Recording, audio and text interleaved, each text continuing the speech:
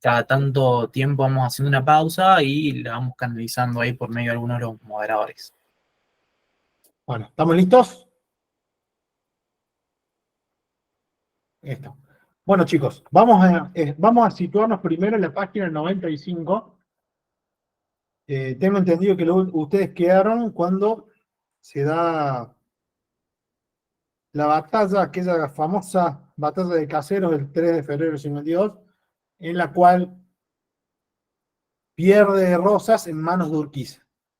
¿Qué pasó en esa batalla? ¿Qué fue el hecho político importante a posterior?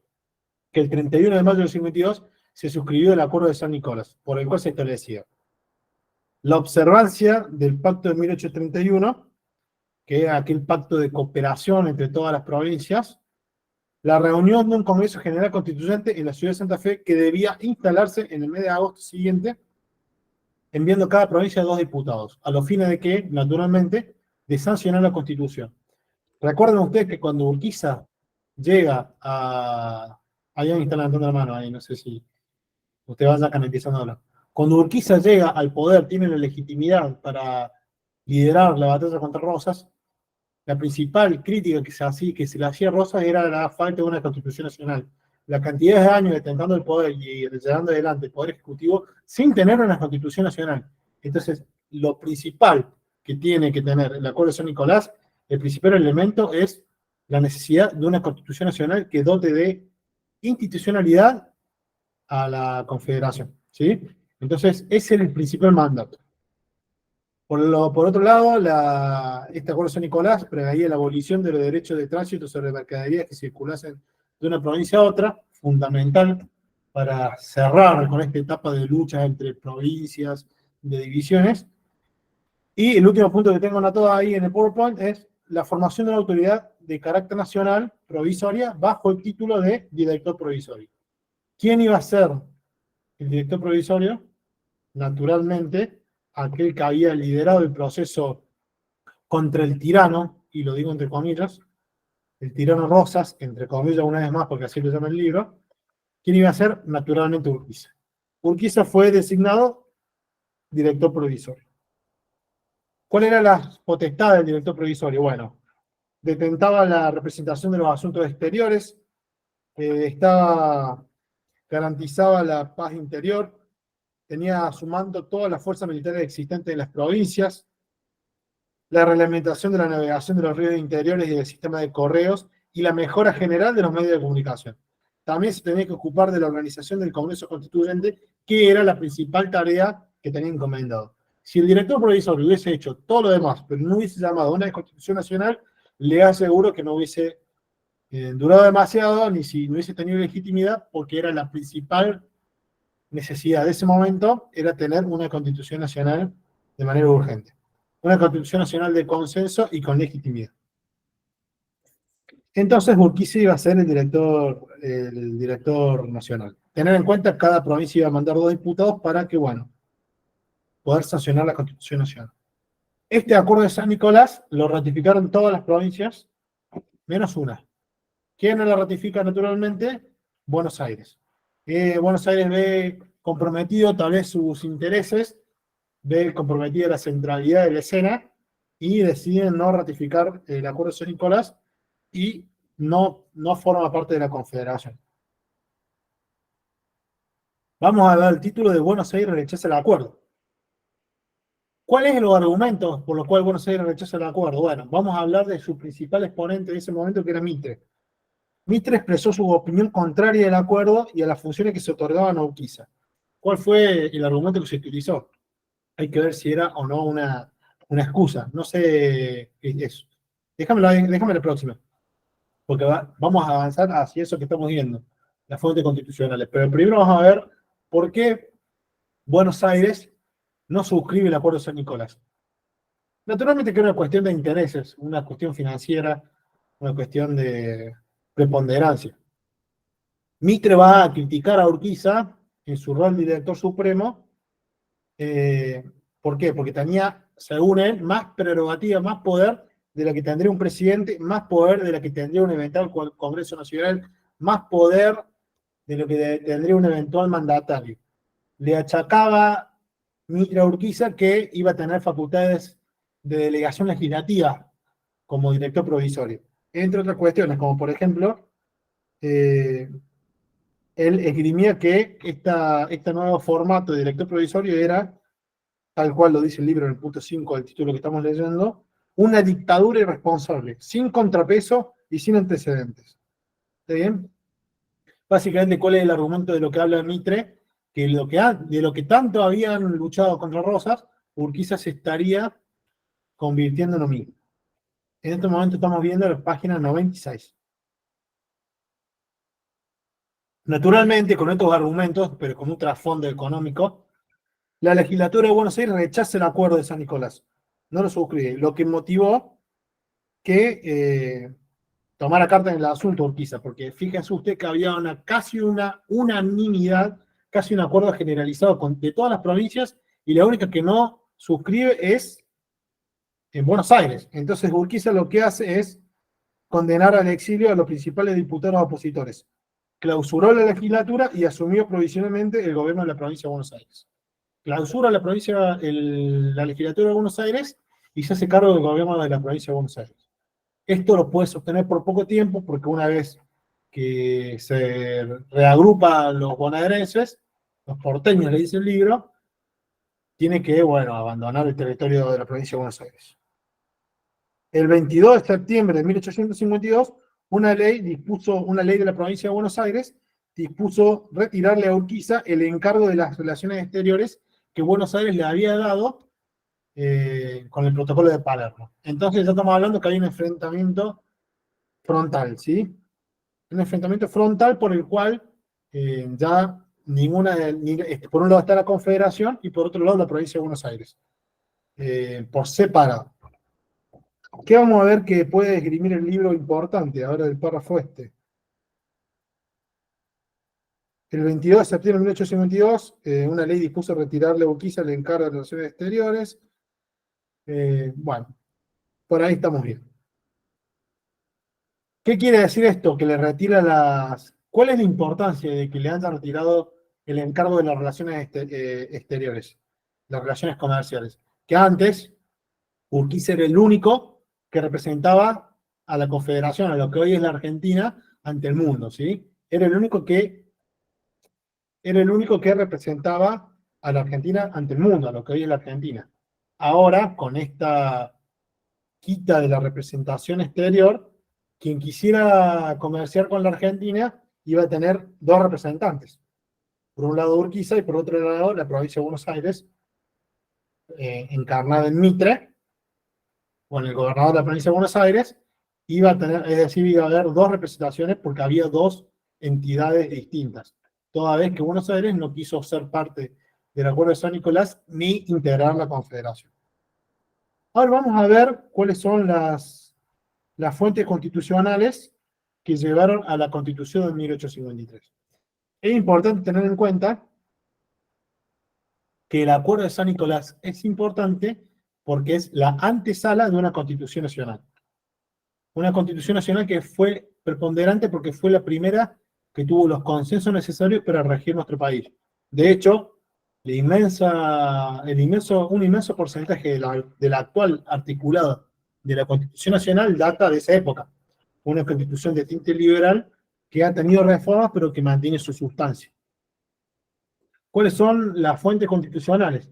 Bueno, naturalmente que la Constitución Argentina de 1826, la obra de Juan Bautista Alberdi y las bases de Alberdi, la Constitución de los Estados Unidos, y también el libro habla de una gran incidencia indiana-castellana y una incidencia a su vez europea, una influencia inglesa y europea.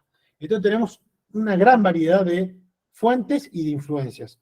La que estamos viendo en pantalla, pero también una influencia indiana-castellana y una influencia inglesa-europea. Tal vez no tenga mucho que ver una que otra porque son sistemas distintos. Uno adhiere tal vez a un sistema normativizado y otro de common law. Eso es complejo para entenderlo ahora. Solamente les quiero hacer ver que son modelos distintos. Entonces, se dice que la esencia de esta Constitución fue el eclecticismo. ¿Qué quiere decir? Un punto medio entre muchas tendencias o muchas corrientes del derecho. El libro va a hablar que la Constitución de 1853 no es que copió estrictamente a una de las, de las corrientes internacionales, sino que vio nacer una constitución a la medida de lo que necesitaba la Confederación, ¿sí? Entonces es una constitución a medida con un criterio de eclecticismo, un criterio medio entre varias tendencias, con fuentes en la Constitución de 1826, la base de Valverde y la Constitución de los Estados Unidos. ¿Hay alguna duda hasta acá? Seguimos adelante, situándonos en la página 97. Una más, por favor, Cristina. Desde ya, vamos al título, el conflicto entre la Confederación y Buenos Aires. Desde ya que el conflicto había escalado muchísimo, imagínense ustedes que ya había dos estados que se arrogaban la representación, dos estados que uno ya tenía su constitución, que era la Confederación, y el otro le faltaba lo propio. No podían nunca competir con la Confederación Buenos Aires si no tenían una carta en mano. ¿Qué hacen entonces? Unos meses después de la Constitución del 53, crean la Constitución de la Provincia de Buenos Aires el 11 de abril del 54. Vamos a tirar la fecha precisa ahora en la que se sanciona la Constitución Nacional. Y esto es importante que la anoten. ¿Sí? El 25 de mayo de 1853, el director provisorio que había establecido el Pacto de San José de Flores, ¿sí? El 25 de mayo, perdón, el pacto un segundito. El acuerdo de San Nicolás, quiero decir, perdón. El 25 de mayo del 53 se promulga la Constitución Nacional, ¿sí? Y fue jurada el 9 de julio. Entonces, por una cuestión memotécnica es importante saber que la Constitución Nacional de 1853 fue promulgada el 25 de mayo, una fecha patria, y jurada un 9 de julio, otra fecha patria. Esa fue la Constitución Nacional. En paralelo, Buenos Aires hizo lo propio unos meses después. El 11 de abril de 54, al no haber sido parte del Acuerdo de San Nicolás y de la Constitución de la Confederación, sanciona su propia Constitución provincial y lo hace el 11 de abril del 54. Esto fue muy importante porque le dio un estatus jurídico importante para un andamiaje legal que era preponderante para la época. Bueno, fue escalando, por supuesto, cada vez más el conflicto, ya era una cuestión bastante tensa. Dentro de la Constitución de la Provincia de Buenos Aires podemos señalar que Buenos Aires se arrogaba el territorio que actualmente es la Provincia de Buenos Aires y toda la Patagonia. Según los bonaerenses y los porteños, ese era el territorio que les correspondía a ellos. Pero, como todo en la historia, ahí se voy muy rápido. Bueno, vamos un poquito más lento, entonces. Les voy a recordar que estamos en la página 97. Estamos hablando de la Constitución de la Provincia de Buenos Aires. Como todo en la historia, los bonaerenses tampoco tenían una cuestión lineal, una cuestión de unanimidad dentro de sus bandos. También tenían cuestiones controvertidas internas, la Provincia de Buenos Aires. Entonces, el libro discierne entre dos bandos, ¿sí? El bando de los autonomistas y el bando de los nacionalistas. ¿Cuál era la principal diferencia entre uno y otro, entre los autonomistas y los nacionalistas? Los autonomistas creían que la mejor vía era la continuidad de Buenos Aires como un estado aparte y salir para adelante hacia el futuro con ese formato. En cambio, los nacionalistas creían que Buenos Aires tenía que ser preponderante en la vida de la nación, pero creían en una integración con la Confederación, porque había un sentir nacional que tenía una supremacía a altas diferencias, ¿sí? Y eso fue algo también que fueron tensiones propias de la época, y lo mismo pasaba con la Confederación. Eran dos unidades de Estado que sabían que no podía prescindir una de otra. Tengan en cuenta que la provincia de Buenos Aires no podía prescindir del territorio ni los habitantes que tenía la Confederación, y del mismo modo la Confederación no podía prescindir de Buenos Aires, que tenía prácticamente la mitad de los habitantes que tenía la Confederación, una riqueza de cultura, de recursos, una riqueza de puertos, una riqueza geopolítica impresionante. Entonces, los dos sectores sabían que en algún momento lo ideal iba a ser ir hacia una unificación, pese a que dentro de la provincia de Buenos Aires los autonomistas contemplaban la posibilidad, bueno, de escindirse de la Confederación y seguir hacia adelante como un Estado propio. Ahí preguntan bien la diferencia entre autonomistas y nacionalistas. Vamos a leerlo tal cual en el libro por si queda alguna duda. Dentro de Buenos Aires surgieron dos partidos.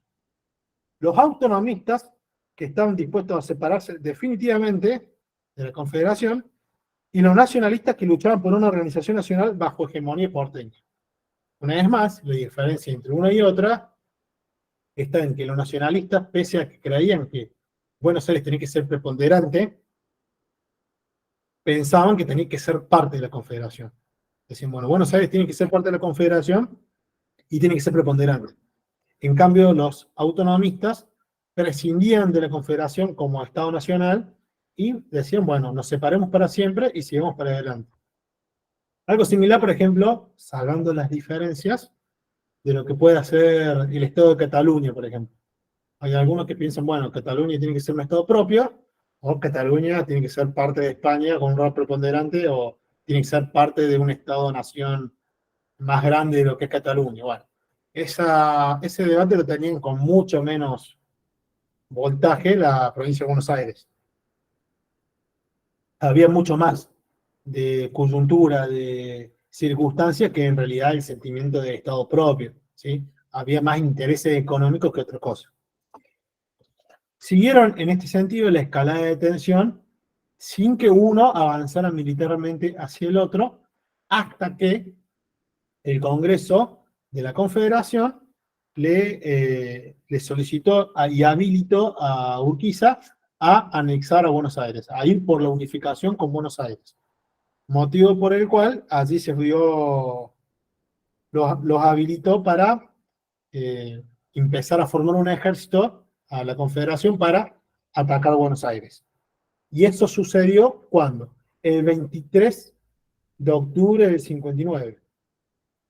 El 23 de octubre del 59 se desarrolló lo que se llamó la batalla de Cepeda. Es una batalla muy importante, la batalla de Cepeda, porque es la antesala de la unificación entre la provincia de Buenos Aires y la Confederación, ¿sí? Es muy importante la batalla de Cepeda. Capitulando hasta ahora, vamos a hacer un raconto de los acontecimientos. Se da la batalla de Caseros, donde Urquiza le gana a Rosas. Posteriormente se sanciona el Acuerdo de San Nicolás, previo a la Constitución de 53, lo refrendan todas las provincias, menos Buenos Aires. Buenos Aires sanciona su propia Constitución, al tiempo que también lo hace unos meses antes la Confederación. La Confederación sanciona la Constitución de 53, que es la que rige hasta hoy con sus modificaciones, y en el 54 la provincia de Buenos Aires sanciona su Constitución.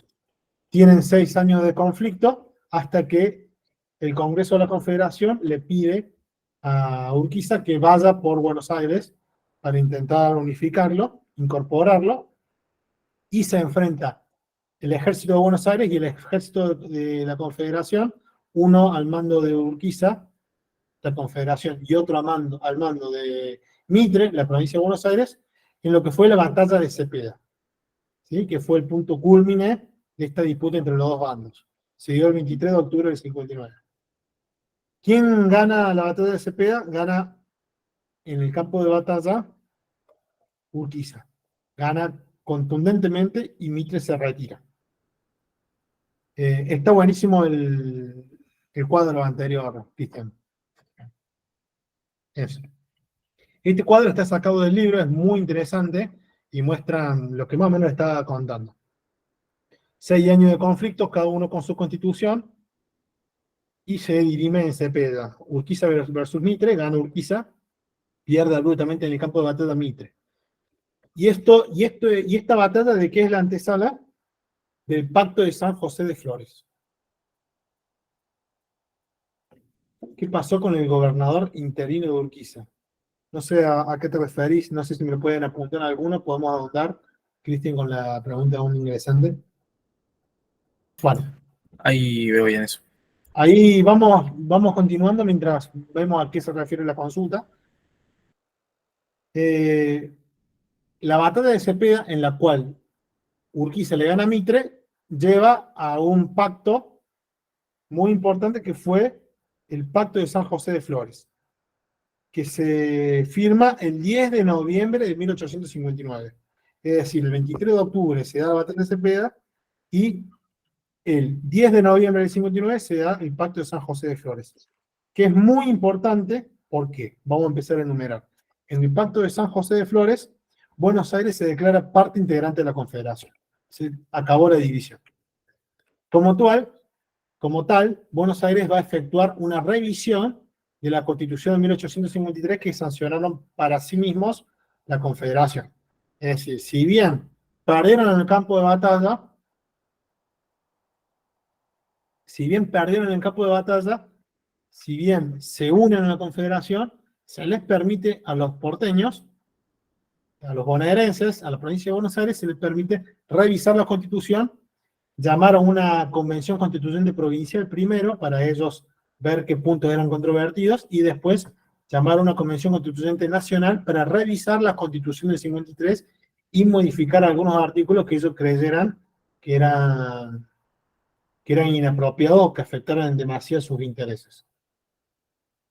Como tercer punto del Pacto de San José de Flores, el territorio de la provincia de Buenos Aires no podría ser dividido sin el consentimiento de la legislatura bonaerense. Dicha provincia de Buenos Aires se abstendría en adelante de tener relaciones diplomáticas con otras naciones. La relación internacional queda en manos del presidente de la Confederación. Ya no hay más una doble representatividad. 5. Continuarían bajo jurisdicción de Buenos Aires la propiedad y establecimientos públicos. ¿Sí? Le permiten mantener el patrimonio que era de la provincia de Buenos Aires, se lo permite mantener. Sin embargo, para cubrir gastos se le va a garantizar a Buenos Aires, dice sin embargo porque hay una concesión que Buenos Aires hace hacia el Poder Central, que es nacionalizar las aduanas. Antes había al haber doble representación internacional, había doble aduana, digamos. Es decir, había varios puntos de aduana, pero había dos aduanas de dos estados, la de la Confederación y la de Buenos Aires. Ahora las aduanas pasan a ser todas nacionales, es decir, toda la Confederación. Deja de depender de la provincia de Buenos Aires. Pero, como contrapeso de esto, se le permite a la provincia de Buenos Aires mantener por 5 años el presupuesto que tenía en 1859 cuando era un estado autónomo. Ahora pasa a ser parte de la Confederación, pero para que no haya un desequilibrio financiero, se le permite mantener por 5 años el presupuesto de 1859. Estas son todas las cláusulas del Pacto de San José de Flores. Importantísimo tenerlo en cuenta porque es la antesala de la Constitución de 1860, que fue la que tuvo la revisión de la provincia de Buenos Aires sobre la Constitución de 1853. Otros puntos a tener en cuenta del pacto antes de pasar a la Constitución es que ya un poco más ético, en el pacto también se estableció un perpetuo olvido, ¿sí?, de aquellas causas que llevaron a la disputa entre la Confederación y la provincia de Buenos Aires, ¿sí? Lo que diría el presidente, un tabula rasa. Se olvidan lo que pasó antes y vamos hacia adelante. Al mismo tiempo, naturalmente, como ya no había disputa militar, la Confederación se comprometió a retirar su ejército de la provincia de Buenos Aires. No había ninguna razón para la cual el Estado Nacional estuviese interviniendo militarmente en la provincia. Y por último, se puso como garante del acuerdo entre la Confederación y la provincia de Buenos Aires a la República del Paraguay. Esto, por supuesto, lo importante de todo esto es que es la antesala a la Constitución de 1860 con las divisiones de la provincia de Buenos Aires. El libro hace especial hincapié al rol de el exponente máximo de la provincia de Buenos Aires, durante esta época, que era Bartolomé Mitre. Desde enero a marzo de 1860, Bartolomé Mitre va a cuestionar el Acuerdo de San Nicolás, por supuesto anteriormente, el Pacto de San José de Flores y el plexo normativo de la Constitución de 1853 lo va a cuestionar fuertemente, diciendo que tal como está el texto es muy perjudicial para la provincia de Buenos Aires. Por supuesto, haciéndolo para preparar el terreno para revisiones más profundas que fuesen beneficiosas para la provincia de Buenos Aires. Para ello empieza a escribir en los periódicos, sobre todo en el diario El Nacional, notas fustigando la Constitución del 53 para luego incorporar reformas que sean significativas. El 6 de junio de 1860 se va a celebrar un convenio que era complementario del Pacto de San José de Flores, ¿sí? Que básicamente establecía cuestiones programáticas, fecha y modo de la designación de los convencionales constituyentes provinciales de la provincia de Buenos Aires, para que vean qué punto iban a revisar, convencionales constituyentes nacionales y demás. Es decir, es un acuerdo programático para llevar a cabo lo que había acordado en el Pacto de San José de Flores. Este acuerdo permitió tornar operativo lo que la Confederación y la provincia habían llegado a un acuerdo anteriormente. Es decir, pasar a los hechos lo que ya habían firmado. ¿Hay alguna duda hasta acá? Por supuesto que siempre hay algún dato que esté en el libro y que ustedes deberán releer después, porque en una explicación, en una charla, naturalmente que hay algunas cuestiones que pueden faltar, pero el grueso de lo que está en el material, por supuesto, está siendo desarrollado en la clase. Si puedo repetir lo que acabo de explicar. Claro, lo vamos a leer textual por las dudas y después lo desarrollamos. Ahí hemos dicho que después de vencer Urquiza a Mitre, se firma el Pacto de San José de Flores, que establece todo lo que hablamos anteriormente, que Buenos Aires va a empezar a ser parte de la Confederación, el tema de la aduana, el tema del presupuesto, lo que hablamos anteriormente. ¿Está bien? Para tornar operativo ese pacto, el 6 de junio de 1860 se celebra un nuevo convenio por el cual se estipulaba la convocatoria a la Convención Provincial de la Provincia de Buenos Aires, para que la Provincia de Buenos Aires deliberara a ver cuáles eran los puntos de la Constitución Nacional del 53 que iban a querer revisar. Se incorporaron diputados y senadores bonaerenses por medio de este pacto al Congreso Nacional, ya que ahora Buenos Aires era parte de la Confederación, tenía que mandar legisladores, y a su vez se le entrega al gobierno de la Confederación por parte de Buenos Aires 1,5 millones de pesos mensuales para los gastos nacionales. Estos datos son un poco más accesorios, pero son importantes tenerlo en cuenta como datos accesorios. Tener en cuenta que Buenos Aires empieza a contribuir a los gastos de la Confederación, ya como un Estado-nación único. Pero lo más importante es que torna operativo el proceso de revisión que después va a llegar a la Constitución Nacional de 1860. Para que hubiese una Constitución de 1860, antes los bonaerenses tenían que saber qué iban a revisar y qué iban a discutir. Bueno, este pacto accesorio sirvió para eso. Y automáticamente nos adentramos en el título que habla de la reforma constitucional de 1860. ¿Hay alguna duda hasta acá? No sé, Cristian o alguno de los chicos de la agrupación, si hay alguna inquietud en el chat. ¿Alguna inquietud de ustedes que quieren que volvamos a ver antes de avanzar?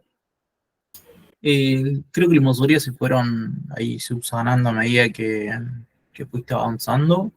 Si quieren que vayan reiterando aquello que no se queda del todo clara. Y bueno, por ahí podemos avanzar con este título de 1860 de la Reforma, que más o menos cierra este bloque y ahí hacemos un corte para ver si queda alguna otra duda. Excelente. Bueno, vamos a avanzar entonces en la reforma constitucional de 1860. Habíamos dicho que Este acuerdo accesorio del Pacto de San José de Flores era también para que se pudiese ver qué se iba a revisar. Entonces, una vez que se examinó la Constitución del 53, Buenos Aires propuso reformas significativas, ¿sí? Para sumarse a la Constitución, para ingresar a una confederación de la cual ellos no iban a ser los principales controladores. Entonces vamos a empezar a enumerar las principales reformas que se votaron por la Convención para incorporar la Constitución del 60, las principales reformas que propusieron los porteños para que la Constitución de 1860 quedase unificada. Vamos a decir los puntos que ahí estamos viendo. Un segundito que lo voy a buscar aquí. Vamos a leer, voy a intentar leer uno por uno para que quede claro. Esto capaz que voy a hacer un poco textual, pasa que es muy, muy importante los puntos de la reforma de 1860. Punto 1. Supresión de la ciudad de Buenos Aires como capital de la Confederación. En su reemplazo, la indicación de la residencia en la capital iba a ser aquel lugar donde residieran las autoridades nacionales. Ya no iba a ser más por defecto Buenos Aires, sino que ahora la capital iba a ser donde residieran las autoridades nacionales. Siempre fijado por el Poder Legislativo. Ese es el punto 1. Punto 2. Modificación del régimen de las intervenciones federales. Vamos a ver más adelante que en esta reforma de 1860 se busca limitar la posibilidad de que el Poder Central interviniera en las provincias. Punto número 3.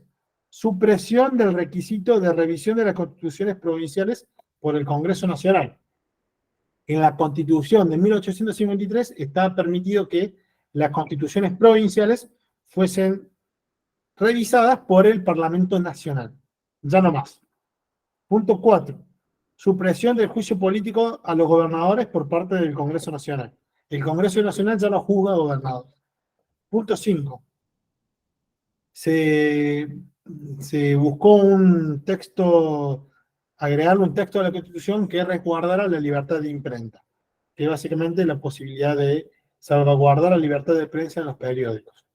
Recordemos, que es muy importante tener en cuenta, que Mitre era una persona muy importante y muy gravitante en los medios de prensa. Había sido redactor en jefe, había sido preponderante, un columnista importantísimo de la época. Por lo tanto, si se atacaba la libertad de prensa o imprenta, iba a ser muy atacado el poder de generar sentido común por parte de Mitre. 6. Supresión de la atribución concedida a la Corte Suprema de Justicia para conocer en conflicto entre distintos poderes de las provincias. ¿Qué quiere decir esto? Hasta ese momento, si por ejemplo en la provincia de Córdoba había un conflicto entre el Poder Legislativo de Córdoba y el Poder Ejecutivo de Córdoba, quien decidía sobre ese conflicto era la Corte Suprema. Bueno, se suprimió eso. Ahora quien iba a conocer es el Tribunal Superior de Justicia de esa provincia. 7. Prohibición de que los jueces federales fueran al mismo tiempo jueces provinciales. Como es ahora, hay jueces provinciales que se encargan de fueros comunes y jueces federales que se encargan de causas especiales. 8. Prohibición de suprimir las aduanas exteriores existentes en cada provincia y de conceder preferencias para algunas aduanas en desmedro de otras. ¿Esto por qué lo incorpora Buenos Aires? ¿Por qué lo pide Buenos Aires? Básicamente porque lo más importante que tiene Buenos Aires y tiene es el puerto. Era un puerto muy importante para la época por geopolítica. Por más de que, vamos a ver más adelante que Urquiza había hecho un régimen de derechos de importación diferencial con un 30% más de carga impositiva a aquellos productos que entraron por Buenos Aires, había seguido siendo la principal aduana de lo que hoy es la Argentina. Bueno, Buenos Aires dice, yo me voy a sumar a la Confederación, pero no te permito que vos le des preferencias en aranceles a otras aduanas en desmedro de la mía, ni mucho menos que suprimas mi aduana. Mi puerto, mi aduana es lo principal que tenemos, así que la salvaguardan en la Constitución. 9. Imponer a los senadores y diputados nacionales un mínimo de residencia en las provincias para poder ser elegidos como tales. 10. Indicar que la aplicación de los códigos nacionales correspondería a las jurisdicciones locales. ¿Alguien entiende ese punto, así como está? Punto número 10. ¿Alguien lo comprende? No, Bueno, no. me pareció a mí también, la verdad que se lo voy a decir como una crítica constructiva, que para alguien que todavía no cursó la carrera de Derecho es bastante complejo entender esto. Vamos a releerlo y lo voy a explicar. Indicar que la aplicación de los códigos nacionales iba a corresponder a las jurisdicciones locales. Es decir, que la aplicación de los códigos nacionales le iban a hacer las provincias. Para entender esto, primero hay que entender, que no lo dice en ningún lado, que hay códigos de fondo y códigos de forma. Códigos de fondo y de forma. ¿Qué es un código de fondo? Un código de fondo es aquel que estipula la normativa de qué se puede hacer y qué no. ¿Sí? Ejemplo, código penal es un código de fondo. Un código que establece qué se puede hacer y qué no. Supongamos, el Código Penal dice, el que matare a otro tendrá una pena de 8 a 25 años. Esa potestad de dictar esos códigos de fondo es del Congreso Nacional y era del Congreso Nacional. Y sigue siendo del Congreso Nacional. Ahora, los códigos de fondo es qué se puede y qué no se puede hacer. Los códigos de forma es cómo se lleva a cabo la acción judicial de lo que se puede y lo que no se puede hacer. ¿Cuál es el procedimiento judicial de lo que se puede o no hacer? Y voy a poner un ejemplo con el Código Procesal Penal, que es un código de forma. Entonces, eso antes era potestad de la nación, ahora pasa a ser potestad de las provincias. Yendo a un ejemplo, un código de fondo del Código Penal que dice que el que mate a otro tiene una pena de 8 a 25 años. Ahora, si para juzgarlo al que mata a otro va a haber un tribunal o un solo juez o 25 jueces, si el procedimiento judicial va a durar 6 meses o 2 años, si hay recurso extraordinario o de casación o no hay recursos, si hay doble, triple o cuádruple instancia, ya hay potestad de las provincias. ¿Sí? ¿Fue más o menos claro? Lo que se puede y no se puede hacer, que sigue siendo potestad nacional. ¿Cómo se va a hacer? Pasa a ser potestad de las provincias. Espero que haya sido claro ese punto, si no lo volvemos a repetir, pero me parecía muy difícil de comprenderlo sin una explicación previa. Seguimos. Punto número 11. Se establece un nuevo agregado, esta vez, ¿podría repetirlo del código de forma? Sí, claro. Voy a poner el ejemplo, capaz que puede ser un poco más fácil. Código de fondo, código penal. El que dice, por ejemplo, no se puede matar y si matas vas a tener de 8 a 25 años de cárcel. Código de forma es cómo se va a juzgar eso. Yo, por ejemplo, mato. Tiene que haber algo que diga, bueno, si vos matas, primero vas a ser detenido, va a tener 10 días de detención, después una prisión preventiva, vas a ingresar a una investigación de un fiscal y después a una etapa de juicio. Si te va mal, podés apelar. Bueno, eso, cómo se diagrama la acción judicial, la organización de cómo se va a aplicar la normativa, es potestad de las provincias, a partir de esta reforma de 1860. A su vez, Se tienen que hacer cargo las provincias, eso no corre por cuenta del Estado. exactamente, no corre por cuenta de la nación. Y eso es así en la actualidad. Hoy tenemos un solo código penal, pero tenemos 24 códigos procesales. En realidad tenemos 23 porque la capital federal utiliza el código federal. Pero cada provincia, lo que quiero decir es que cada provincia tiene sus propios códigos de forma. Su código procesal penal, su código procesal civil, su código procesal laboral, ¿sí? Pero una sola norma de fondo, una sola ley laboral de familia penal. Lo de fondo, qué se puede y qué no se puede, lo establece el Congreso Nacional. ¿Cómo se juzga? Cada provincia. Si no me voy a ir a La Rioja, me tengo que aprender los plazos, las formas de La Rioja. Lo mismo si voy a la capital, lo mismo si voy a Santiago del Estero. Lo mismo nuestra gloriosa provincia de Córdoba. Como último punto de la reforma que se introduce en el 1860, vamos a decir que se establece un nuevo agregado al artículo 101, aclarando que las provincias conservan todo el poder que no hayan delegado al poder central. ¿Esto les parece importante o no?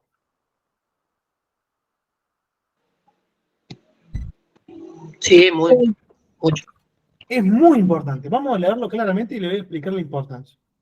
Se establece un nuevo agregado al artículo 101, aclarando que las provincias conservaban todo el poder no delegado por la Constitución al gobierno federal y el que expresamente se hubieran reservado al tiempo de su incorporación o reincorporación en este caso. Es decir, que es importante, ¿por qué? Para entender la teoría del origen del poder. El poder es de las provincias originariamente y son las provincias quienes se lo delegan al poder central, conservando todas aquellas potestades que no hubiesen expresamente delegados. ¿Sí?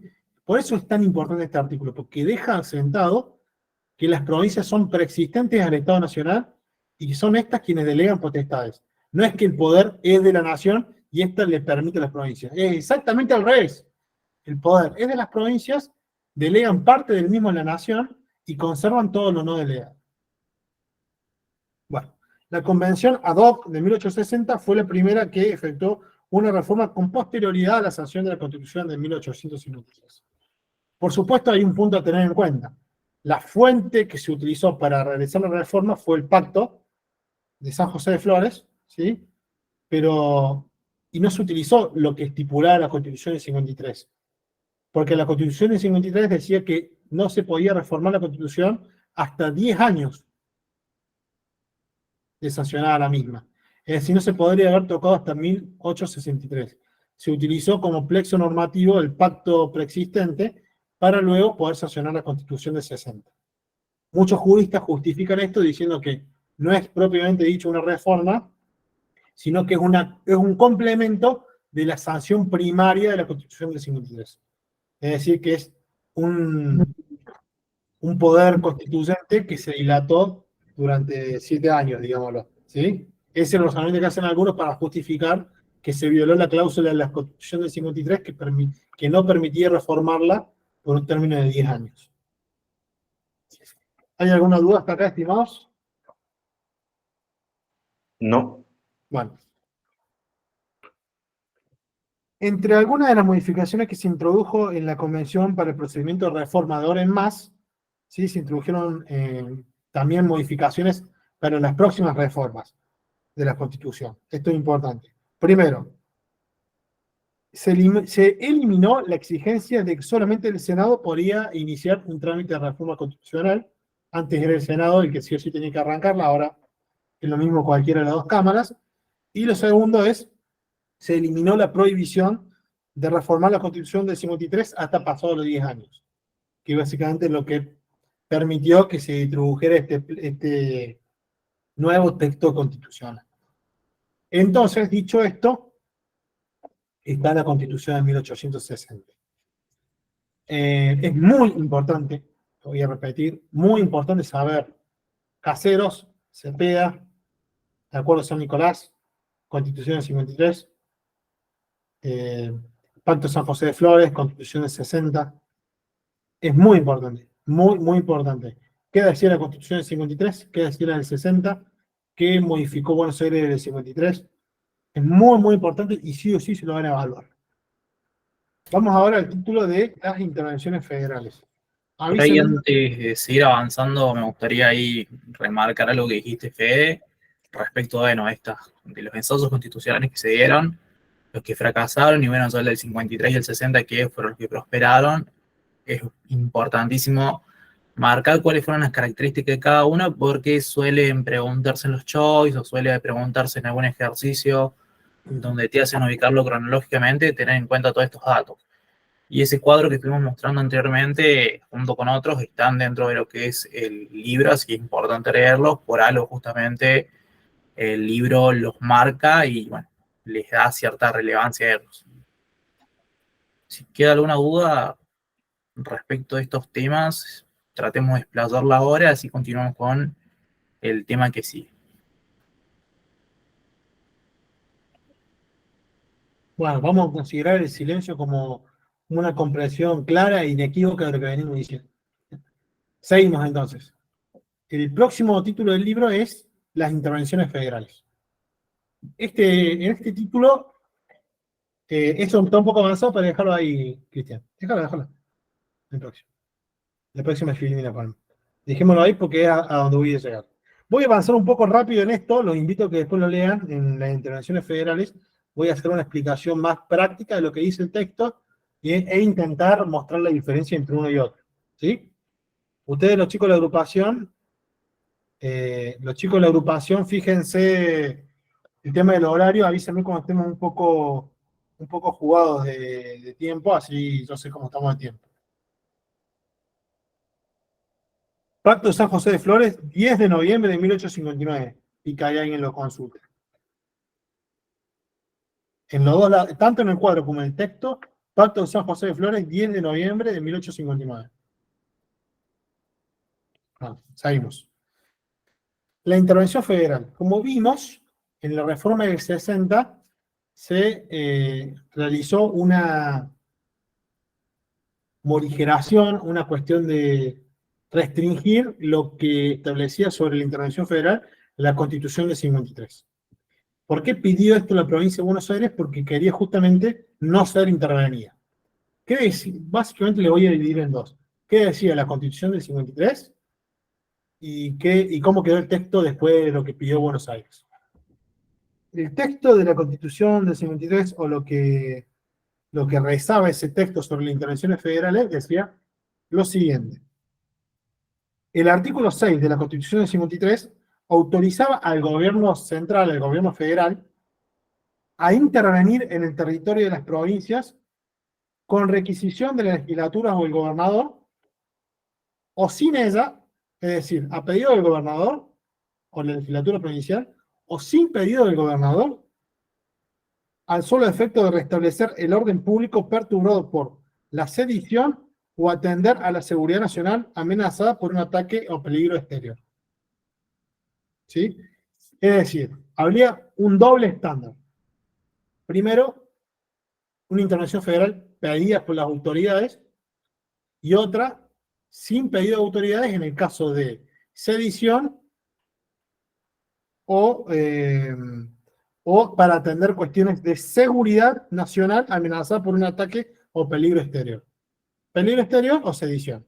Eso sin pedido de los gobernadores. Y por pedido de los gobernadores a todo evento, a lo que fuese necesario. Pero acá no hay demasiado problema porque el gobernador está pidiendo la intervención federal, bueno, el gobernador electo que está pidiendo al Poder Nacional que lo intervenga. Está pidiendo ayuda, ¿sí? Ahora, el problema estaba en cuando el Poder Federal intervenía en la provincia sin que el gobernador lo pidiera. La Constitución del 53 dejaba un campo bastante amplio porque habla de esta palabra que fue muy controvertida, que era restablecer el orden público perturbado por sedición o ataque exterior, después de decir. El principal punto fue la sedición. ¿Qué es la sedición? ¿Cuándo una circunstancia es sedición? ¿Un alzamiento policial es sedición? ¿Una protesta prolongada es sedición? ¿Una huelga general es sedición? ¿Cuándo está habilitado el poder central? Bueno, eso estipulaba la Constitución de 1853. Amplia. Facultades amplias para que pudiese interpretar el presidente y mandar a intervenir en una provincia. Por ello, Buenos Aires pide restringir esto y en 1860 va a quedar bastante acotado, bastante y más o menos, va a quedar acotado la posibilidad de intervenir federalmente, pero sin embargo va a seguir existiendo un margen de discrecionalidad. Así quedó redactado después de la revisión. En la reforma de 1860 se reformó el artículo 6, que quedó de la siguiente manera. El gobierno federal interviene en el territorio de las provincias para garantizar la forma republicana de gobierno o repeler invasiones exteriores y a requisición de sus autoridades para sostener a un gobernador que haya sido depuesto o para restablecerlo. ¿Sí? ¿Qué quiere decir? Una vez más, existe un doble estándar. El Poder Central va a intervenir a solicitud del gobernador o sin solicitud del gobernador. Solamente que ahora, cuando es sin solicitud del gobernador, elimina la posibilidad que sea por sedición. Solamente le permite cuando es para garantizar la forma republicana de gobierno o ante una invasión exterior. Por supuesto que una invasión exterior es algo objetivo. no es interpretable. Para que haya una invasión exterior es de público notorio. Entonces, ahí está bien. Ahora también se incorporó esta leyenda de que puede intervenir sin requisitorio de las provincias para garantizar la forma republicana de gobierno. Por supuesto que a lo que era el artículo del 53 quedó mucho más acotado. Sin embargo, siguió siendo amplio. Porque ¿qué se considera una situación que ponga en jaque las formas republicanas de gobierno? También siguió siendo interpretable. Entonces, ¿qué tiene usted que tener en cuenta? La intervención federal era muy amplia en el 53, se restringió hacia el 60, con la Constitución del 60. En el 53 establecía que podía intervenirlo por ataque exterior a requisitoria de las autoridades provinciales, pero sin requisitoria por sedición. Y en la Constitución del 60, también a requisitoria de las autoridades, pero eliminó la posibilidad de que sea sin requisitoria de las autoridades por sedición, incorporando que solamente va a intervenir sin requisitoria cuando haya una invasión exterior o para garantizar la forma republicana de gobierno. ¿Hay alguien, Romina Elizabeth Arias, profe primaria? Sí, soy yo. Buenas tardes. Me presento Romina Elizabeth Arias, en la cursada. Tengo una pregunta con respecto a esto. En esta época, en el 53, ¿ya se tenía bien claro lo que era el concepto de república establecido para que se halle la reforma de lo que es el artículo 60? O sea, ellos en ese contexto ya se tenía en la historia como que bien establecido lo que era república, el concepto que abarcaba república, para poder... Sí, te respondo Estaba bien claro. contundentemente, sí. Imagínense Bien. que el concepto de república viene desde Grecia. Es decir, Bien. en la teoría política tiene un andamiaje fenomenal. Por supuesto que hay quienes lo entienden en el sentido amplio o estricto, que es justamente esto que le estoy diciendo, sigue siendo interpretable. De hecho, les tiro un dato. Desde la Constitución, desde el año 1862, esto está en el libro, desde el año 1862 al año 1930, hubo 89 intervenciones federales. Fíjense ustedes que siguió, pese a que se restringió el concepto que permitía intervenir en la provincia desde el 53 al 60, siguió siendo bastante amplio. ¿Qué es una república? ¿Qué es un régimen republicano? No sé si alguno de ustedes, estimados ingresantes, se anima a vertir una opinión. ¿Cuáles son los principios de una forma republicana de gobierno? Alguien que tome la palabra.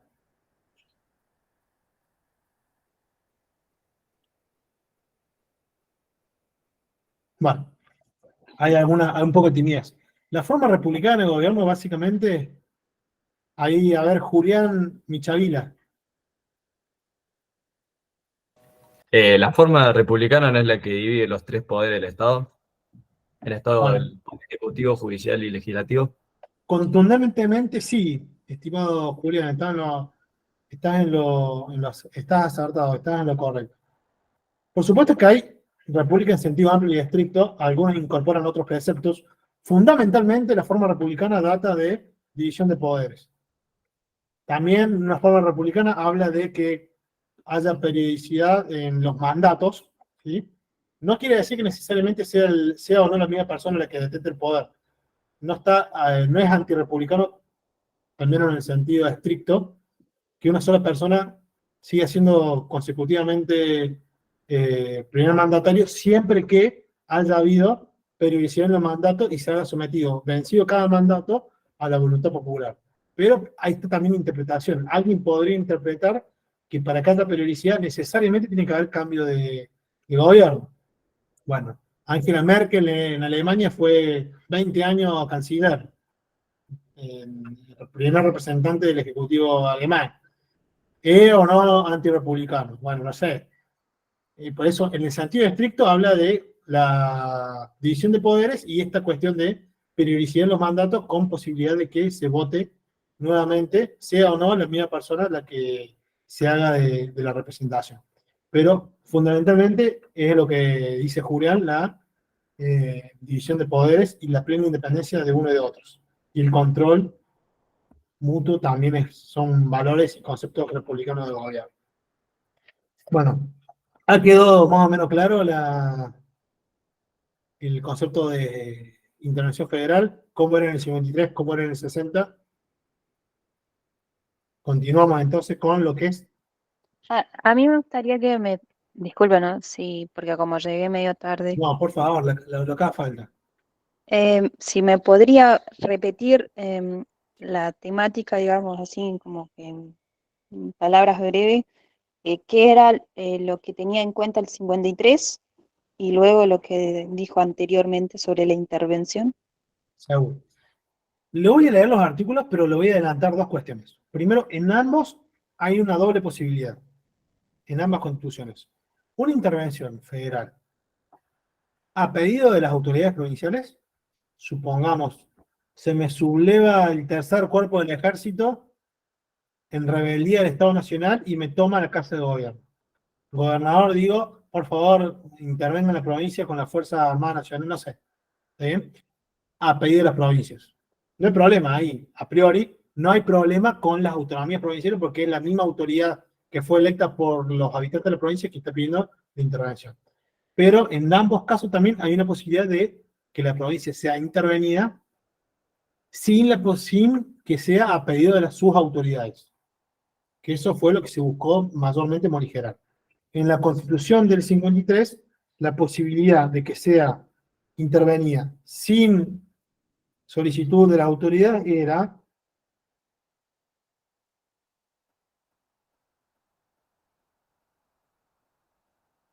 sin intervención federal, era la intervención a los fines de restablecer el orden público perturbado por la sedición o de atender a la seguridad nacional amenazada por un ataque a peligro exterior. ¿Sí? Es decir, por sedición o por un ataque exterior. Esto dentro de una intervención federal sin solicitud de las autoridades. Sedición o por ataque exterior. Con ataque exterior no hay demasiado problema porque eso es de público notorio. Me tiene que atacar un Estado extranjero. ¿Está bien? No hay interpretación. Pero sí había mucha interpretación con la palabra sedición. ¿Qué es el orden público alterado por sedición? Eso fue lo que se buscó morigerar del 53 al 60, en el cual, si bien se siguió respetando la posibilidad de que las autoridades pidieran intervención federal, el texto quedó redactado de la siguiente manera. El gobierno federal interviene en el territorio de las provincias sin solicitud de estas, sin solicitud, solo para garantizar la forma republicana de gobierno o repeler invasiones exteriores. Antes se mantiene la intervención por invasiones exteriores, pero se saca la sedición y se reemplaza con solamente cuando esté en peligro la forma republicana de gobierno. Básicamente la principal diferencia fue, se elimina la opción de sedición sin requerimiento provincial y se incorpora sin requerimiento provincial la defensa de la forma republicana de gobierno. ¿Ahí quedó un poco más claro? Sobre todo Sí, gracias. Sí. bueno, dale.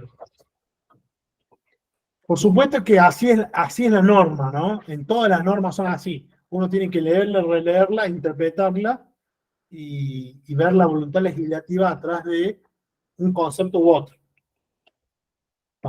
Vamos a continuar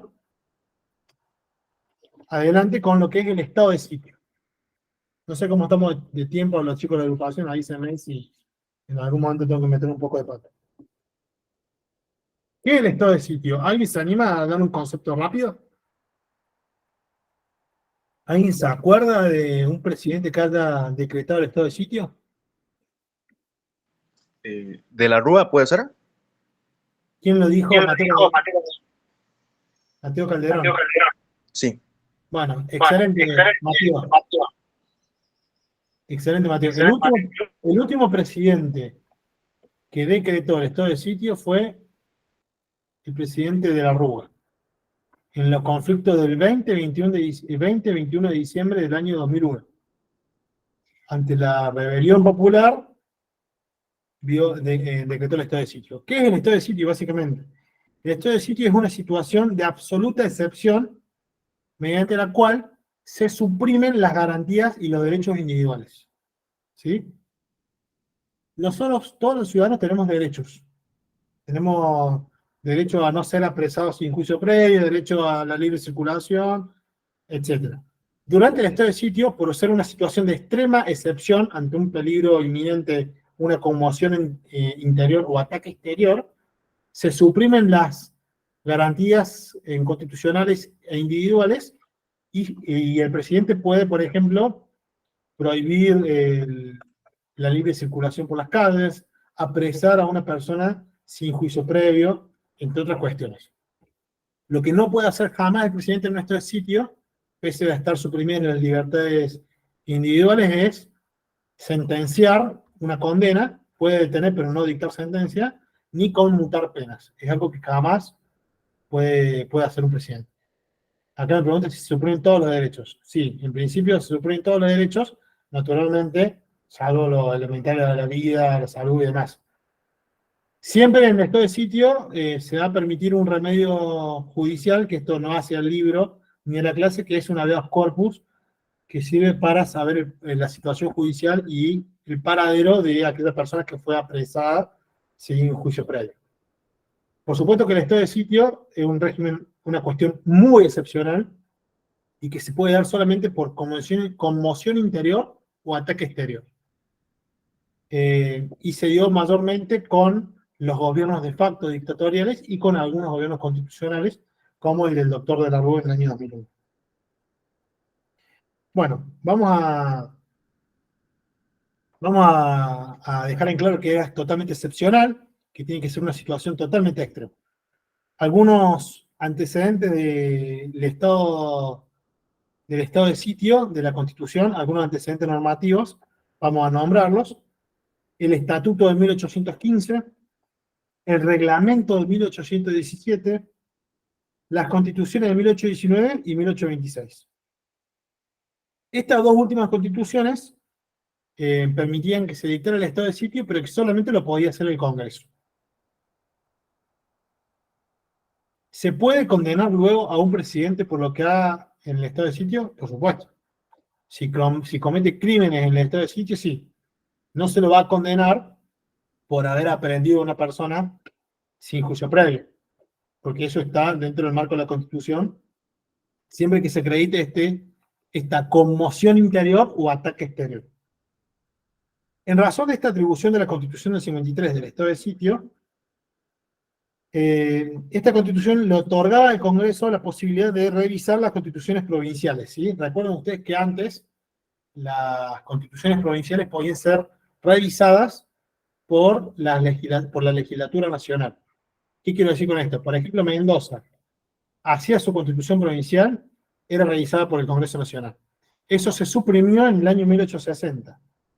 Pero esta posibilidad de que las constituciones provinciales fueran revisadas en un principio por la legislatura nacional hizo que no existiera en las constituciones provinciales la figura del estado de sitio, o que fueran suprimidas, quedando solamente como un remedio nacional. Solamente el presidente puede decretar el estado de sitio.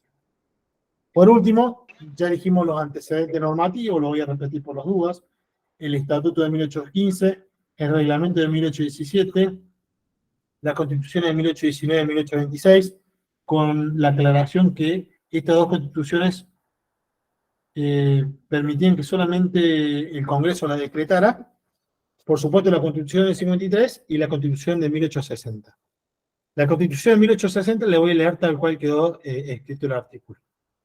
En caso de conmoción interior o ataque exterior que pongan en peligro el ejercicio de esta Constitución y de las autoridades creadas por ella, se declarará el estado de sitio de la provincia o territorio en donde exista la perturbación al orden. Es decir, como ya dijimos, tiene que haber conmoción interior, excepcional conmoción interior, una barbarie interior o un ataque exterior que ponga en peligro el ejercicio de la Constitución o las personas o las autoridades por ellas creadas, ¿sí?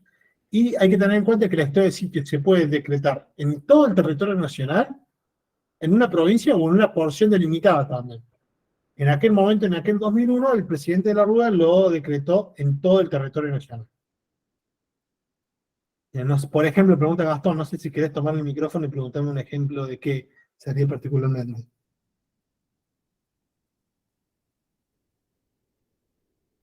Gastón, no sé si querés hacer la consulta por micrófono, porque básicamente el ejemplo es ese, el que puse en el Conde la Rúa, que decretó el estado de sitio en todo el territorio nacional. Pero si, por ejemplo, como fueron las, a mí me pregunta Cecilia Pérez, ¿puede ser un motivo de estado de sitio las tomas de las cárceles de caseros?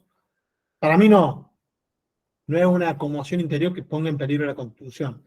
Será un motín, una alteración muy grave, pero no, me parece que no es motivo para un estado de sitio. Podría ser un motivo para el estado de sitio cuando si un grupo revolucionario toma una provincia o una localidad, por ejemplo. Bueno, básicamente esto es lo que es el estado de sitio. Por último, le voy a leer textual el párrafo del libro para entender qué es y la implicancia que tiene. En la historia de nuestro país, el estado de sitio fue decretado en numerosas oportunidades y a veces por largos periodos, particularmente cuando hubo gobiernos de facto, es decir, dictatoriales. Bueno, a mí me pregunta si en Santa Fe lo que está pasando con los narcos puede ser catalogado o puede ser plausible de que se decrete el estado de sitio. Bueno, ya es más pensable eso. Habría que pensarlo bien. El problema está, y no me quiero ir del tema, es que el estado de sitio es un estado excepcional. ¿Sí? Nosotros como abogados tenemos que bregar siempre por el Estado de Derecho. Si una persona es apresada o privada de su libertad, tiene que haber un proceso judicial.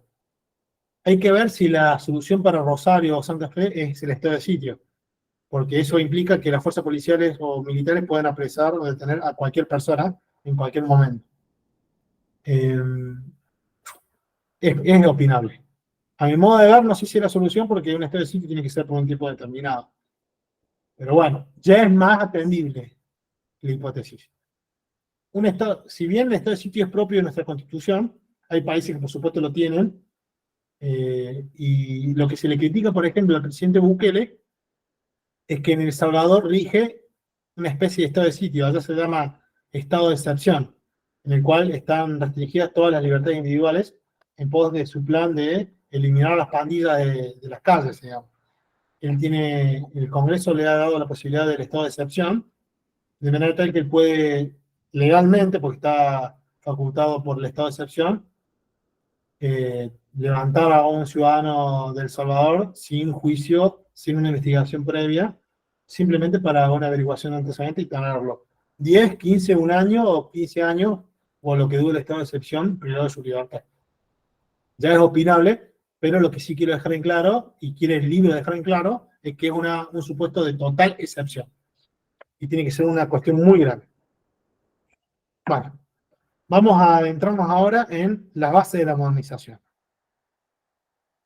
Desde 1852 a 1880 gobernaron sucesivamente la nación. Justo José de Urquiza, que lo hizo desde 1854 a 1860. Derqui, que lo hizo de 1860 a 1861. Mitre, que lo hizo de 1861 a 1862 y posteriormente de 1862 a 1868. Sarmiento, que lo hizo de 1868 a 1874, y Avellaneda, que lo hizo de 1874 a 1880. Posteriormente tomó el mandato Julio Argentino Roca, que lo hizo por el sexenio que siguió. Esos son los presidentes que sentaron en la base de la modernización. Y ahora vamos a desmenuzar las presidencias de Urquiza, de Mitre y de Avellaneda. De Sarmiento también. Sobre todo de Sarmiento, que el libro hace una especie de hincapié. Justo José de Urquiza, vamos a empezar por su presidencia, lo voy a hablar de manera somera porque muchas de sus cosas ya las vimos.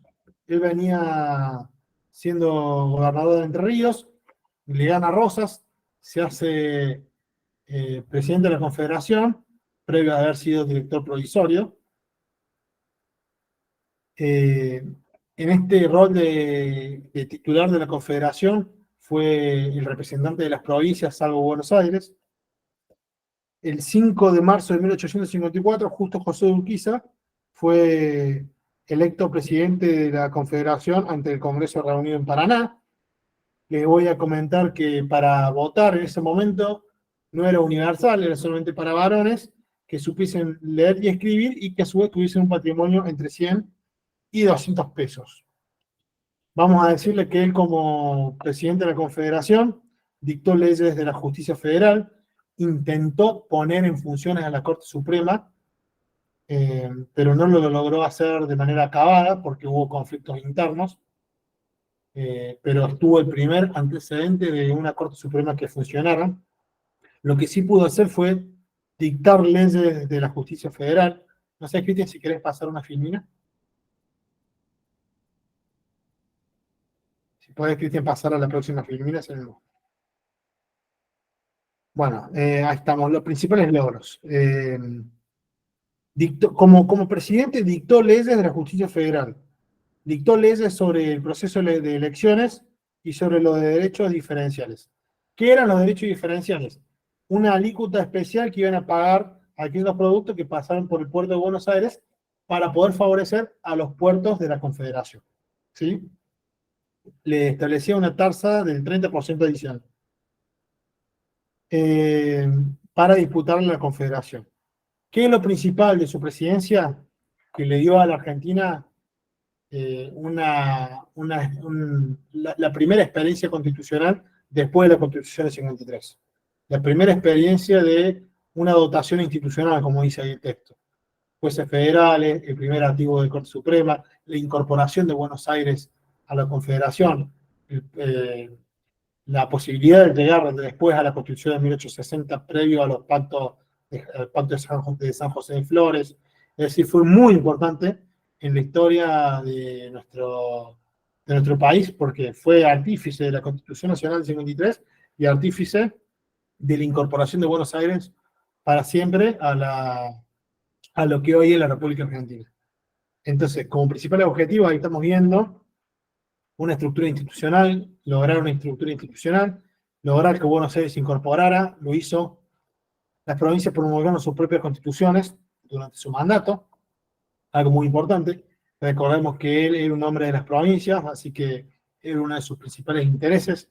Por supuesto, recordemos que hasta la Constitución de 1860, esas constituciones provinciales eran revisadas por el Congreso Nacional, cuestión que se suprimió en 1860. Designó en agosto de 1854 los miembros de la Corte, aunque no pudo llegar a sesionar como tal, fue el primer antecedente de la Corte Suprema. No sé si querés pasar, Liz. Bueno, vamos a continuar. Las leyes que se dictaron ya las dije, en las tres: Ley de Justicia Federal, Ley de Ciudadanía, Ley en materia electoral y Ley de Derechos Diferenciales. Pasar porfa a la próxima, Cristian. Ahí estamos viendo ni más ni menos lo que ya vimos en la primera parte, porque en este segmento del libro se superpone con la historia que ya vimos anteriormente, lo vamos a repasar. El 1 de abril de 1859, el Congreso de Paraná le va a autorizar a Urquiza a incorporar a Buenos Aires. Ya lo habíamos visto anteriormente, que se pide casi que al costo que sea. El 23 de octubre de 1859, Urquiza forma el ejército y lucha contra Mitre en Cepeda, ya lo vimos. Y posteriormente lo va a suceder a Urquiza como presidente, lo va a suceder Derqui, quien lo hace de 1860 a 1861. En ese momento, previo a ser presidente, Derqui era su ministro de Justicia. ¿Hay alguna duda hasta acá, estimados? No. Bueno, vamos a continuar entonces. Hay un pequeño, antes de pasar a la presidencia de Mitre, hay un pequeño, seguí por favor, Cristian. Estamos ahora para orientarlos en la página 103.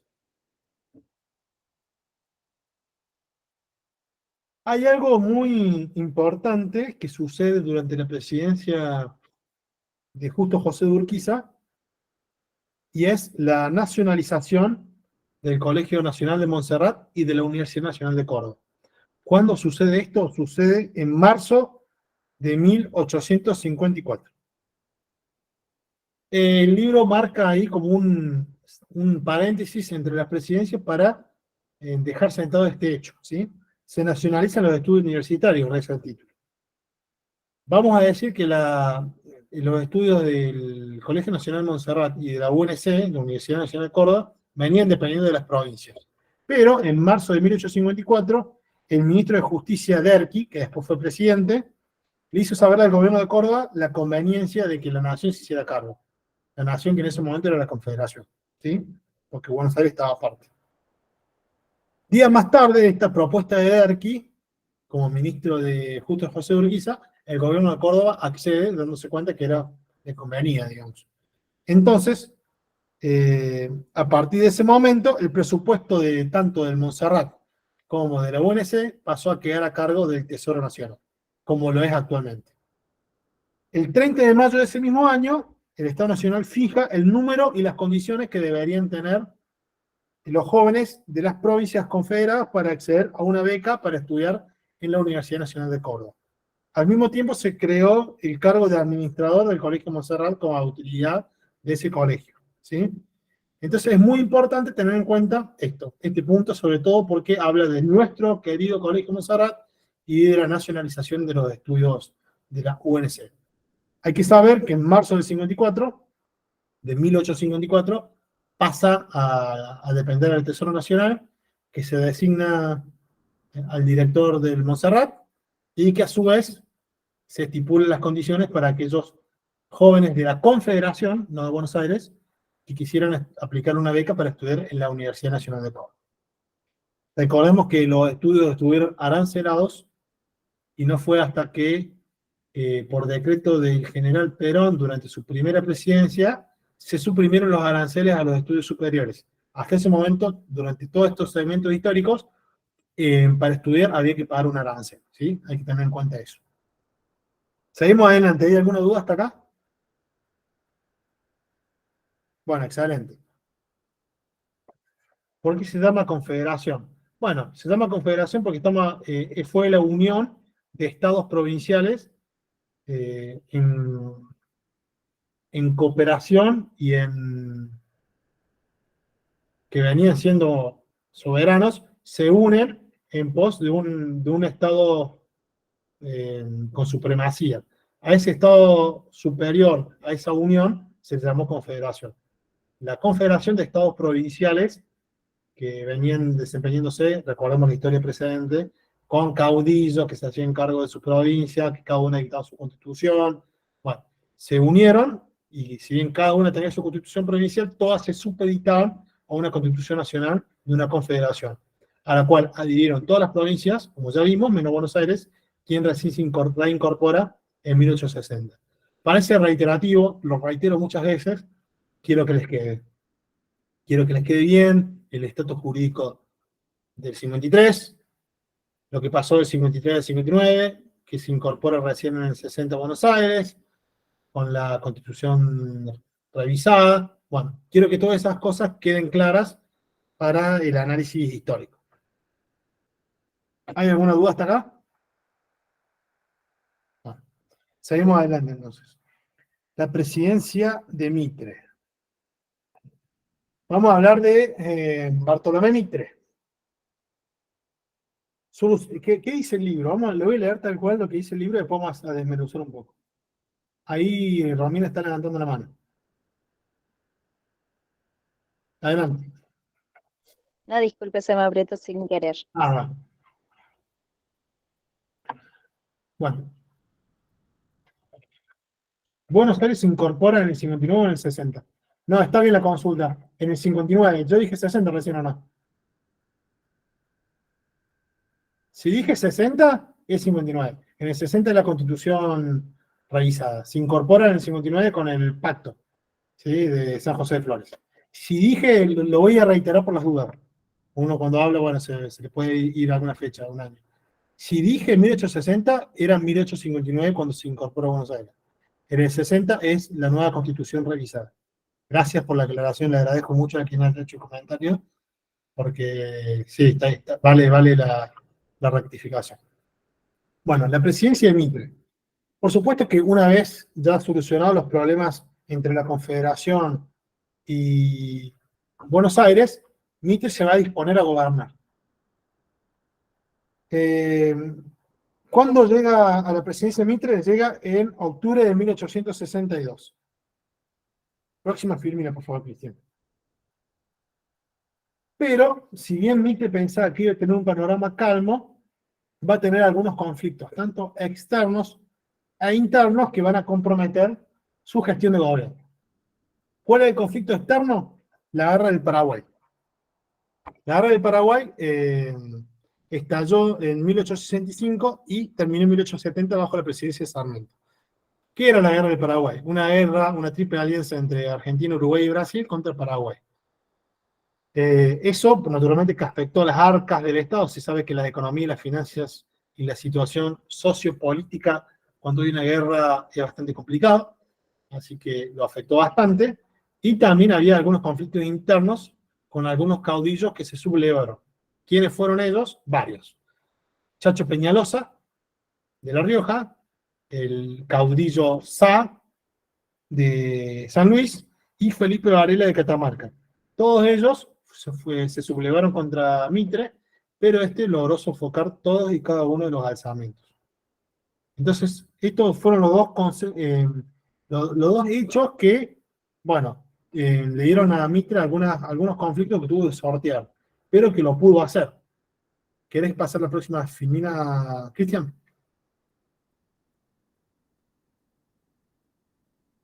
Su obra. Vamos a enumerar la obra de Mitre. Lo pueden copiar el texto porque es muy importante todo de cada uno. Primero, puso en funcionamiento por fin la Corte Suprema de Justicia.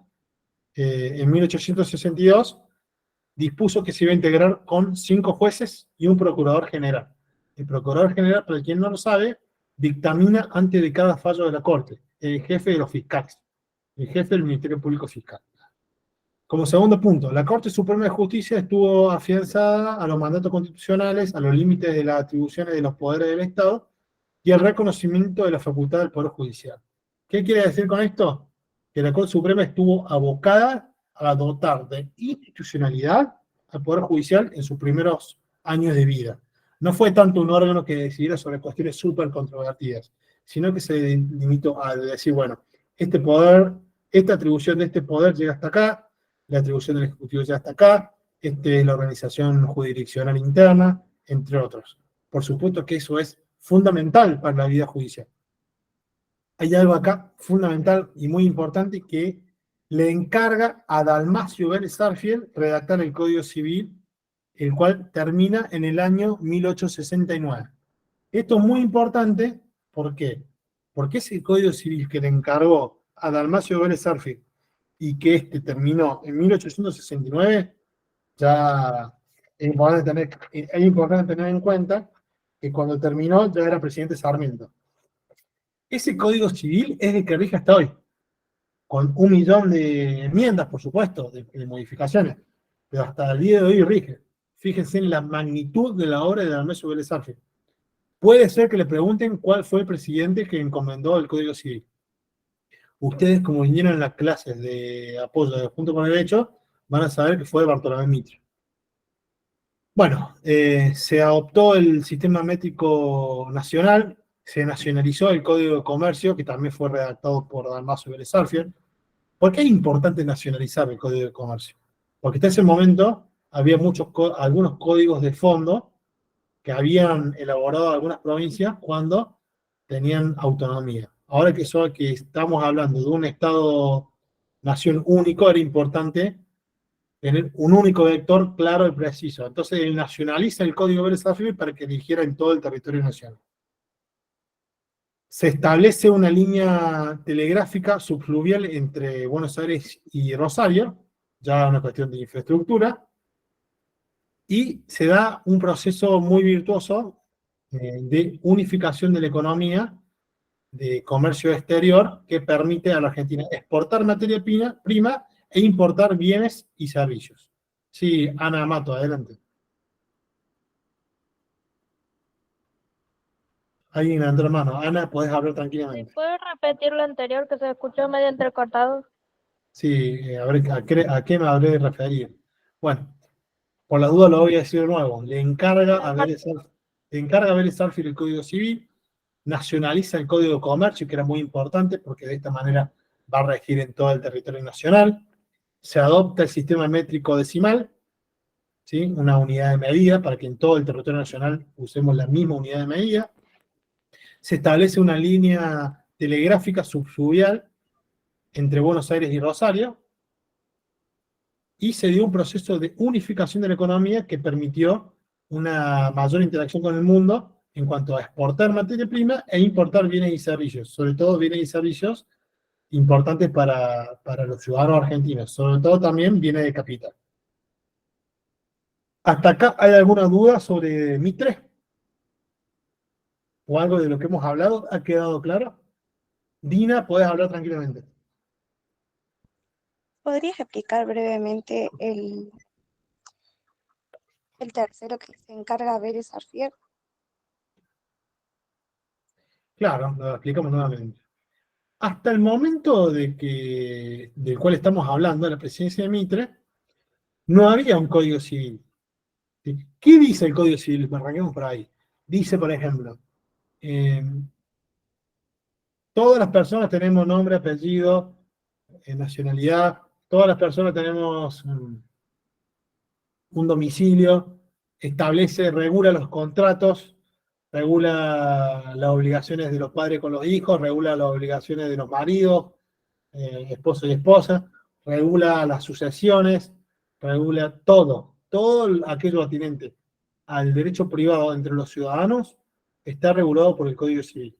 Antes no existía esa condensación, había una dispersión normativa fenomenal. Ahora nosotros, gracias a Vélez Sarsfield y a la encomienda que hizo Mitre, tenemos un código madre, que es el Código Civil, donde dice un montón de cuestiones. Hoy tiene un montón de capítulos de los contratos, de patrimonio, etcétera. Que eso fue obra de Dalmacio Vélez Sarsfield a pedido de Bartolomé Mitre.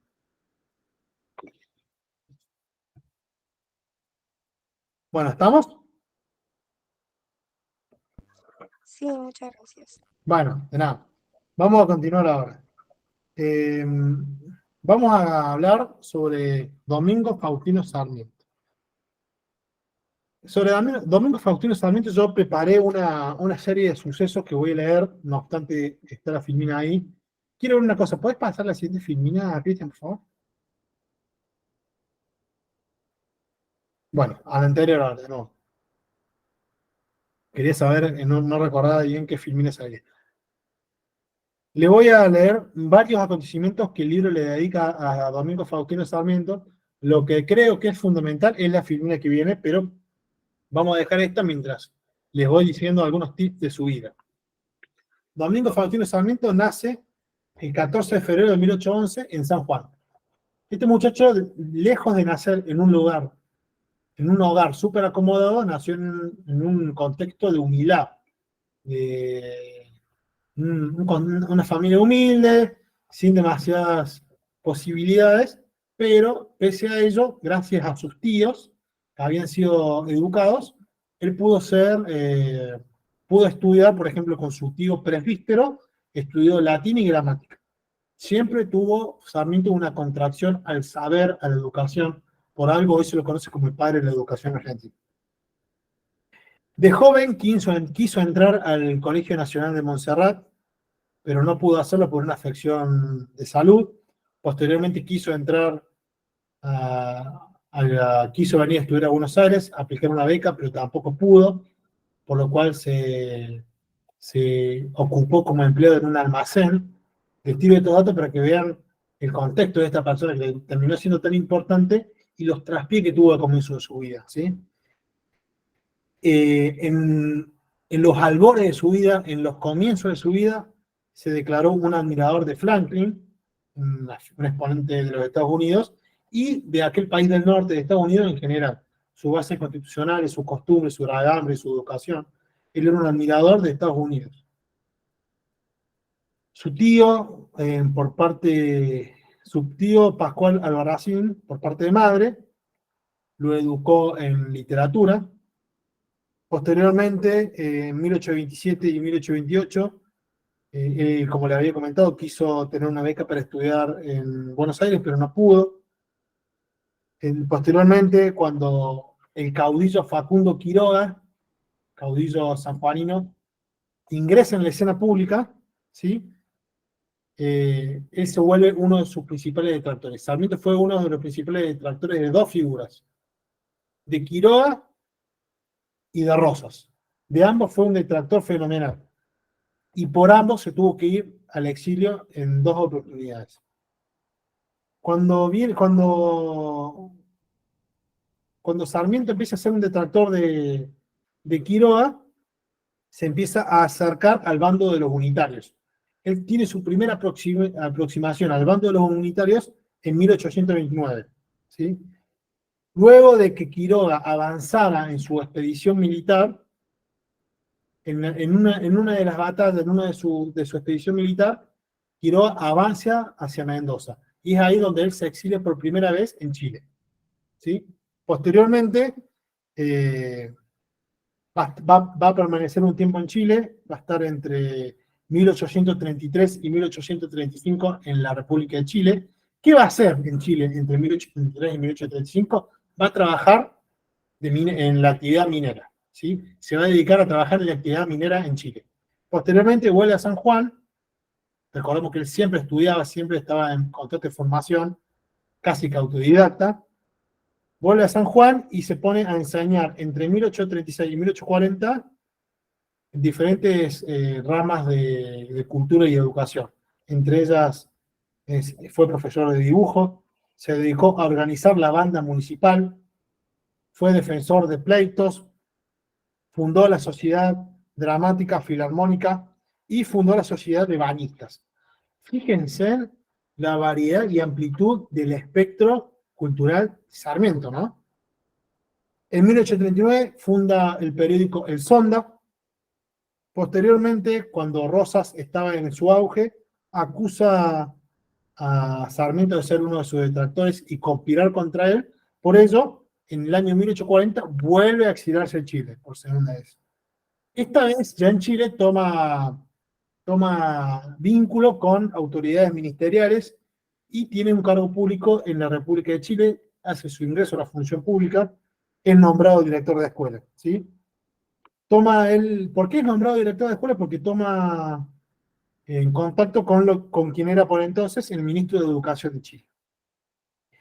Participa activamente en la política chilena y en la vida institucional del país vecino, ayudando a Chile en la campaña anti-Rosas. Recordemos que había un conflicto en aquel momento de Chile con lo que hoy es la República Argentina, pero en aquel momento los distintos estados provinciales que le habían delegado, recuerdo ustedes, a Rosas la representación exterior. En 1845 publica su principal obra, que es Civilización o Barbarie, que es básicamente una obra literaria, un bestseller literario de él, que se lo dedica esencialmente a Facundo Quiroga. Civilización o Barbarie. Y posteriormente ya arranca su carrera política en la Argentina, entrevistándose en el año 1851 con Mitre. Mitre, recordemos que era uno de los principales detractores de Rosas, que era el principal enemigo de los unitarios. En 1852, en la batalla de Cepeda, que recordemos en la cual Urquiza le gana a Rosas, él estuvo encargado de llevar adelante el boletín informativo. Posteriormente ingresa en la masonería, que la masonería es una organización paraestatal que se encarga de discutir y debatir temas de actualidad, es una organización centenaria. ¿Cuál era la relación entre Sarmiento y Quiroga? Pregunta Mateo. Una relación de profunda antítesis. Quiroga era un exponente del federalismo y Sarmiento no era de la cuestión unitaria. Para Sarmiento, Quiroga era un salvaje. Era alguien que no merecía mayores respetos, digamos. Que era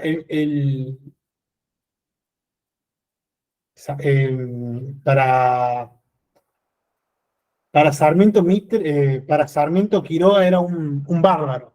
Era una persona tosca, bruta, de sentimientos abruptos, de instinto, ¿sí? Que era todo lo contrario de lo que él favorecía, que era esta cuestión de la cultura, de la deliberación, de elevar la alfabetización, de llevar a una civilización más culta.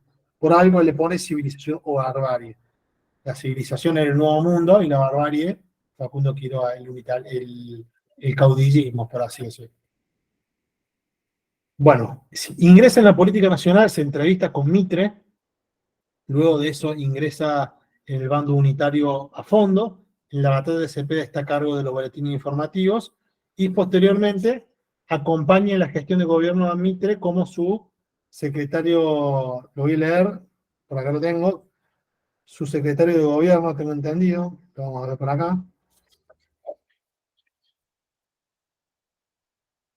Si alguien tiene el libro, léalo por la duda, pero creo que lo acompaña a Mitre como, acá está, sí, ministro de Gobierno y Relaciones Exteriores de Mitre, previo a haber sido senador de la provincia de Buenos Aires, y lo más importante que tienen que saber es que luego de haber sido el ministro de Gobierno y Relaciones Exteriores de Mitre, él renuncia en 1861, ¿sí? Es ministro de 1860 a 1861, y en 1862 es electo nada más y nada menos que gobernador de la provincia de San Juan. Durante su gobernación, él tiene algunos altercados, sobre todo con el Chacho Peñalosa, el caudillo riojano, pero logra vencerlo y le da muerte al caudillo, a esta eminencia que era Chacho Peñalosa, un exponente fenomenal del caudillismo del interior. En 1864, él renuncia a ser gobernador de San Juan y se va a Estados Unidos como diplomático, y allá tiene algo que para mí es la antesala de su obra. Él en Estados Unidos tiene vínculo con diferentes actores de la ciencia y la cultura, y trae ahí una influencia que va a cambiar después la Argentina para siempre cuando él sea presidente de la nación. Él gana las elecciones en 1868, ¿sí? En ese momento él estaba en Francia y le informan que ha ganado las elecciones.